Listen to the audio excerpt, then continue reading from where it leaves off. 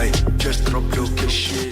Aye, drop top exclusive. Music is not only known to heal the heartbroken, but also entertains at the best of times.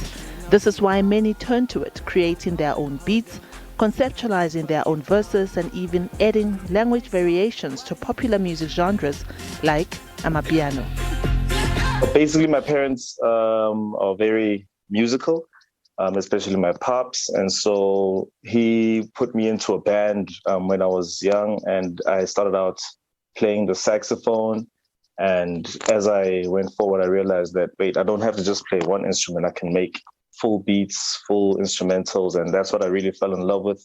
And that's what I've been doing ever since. Started off with hip hop. We love our language and we want to teach children our language. You know, we don't want to lose our spade flavor. You know,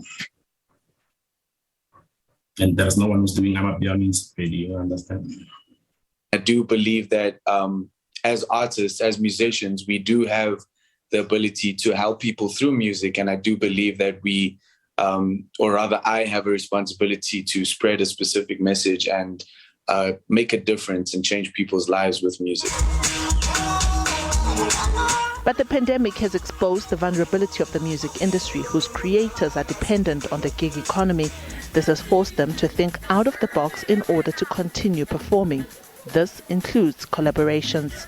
Obviously, the biggest impact was that now, as an up-and-coming artist, if you previously had an opportunity to have a slot between 6 p.m.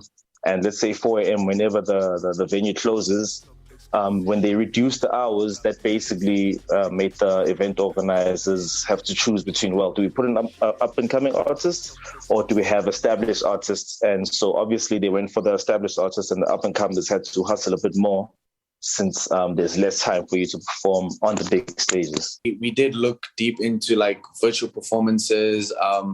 We did do a few actually, like just to see how it is, but I think it's a little bit, I find it very awkward and weird. I don't know, maybe I'm just shy.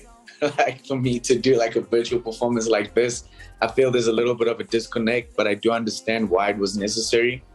But yeah, you know, music can be spread in different ways. So even through like a virtual performance, we are able to touch people. But I think it's just a little bit disconnected, not being able to really have that face-to-face interaction, you know, that live interaction.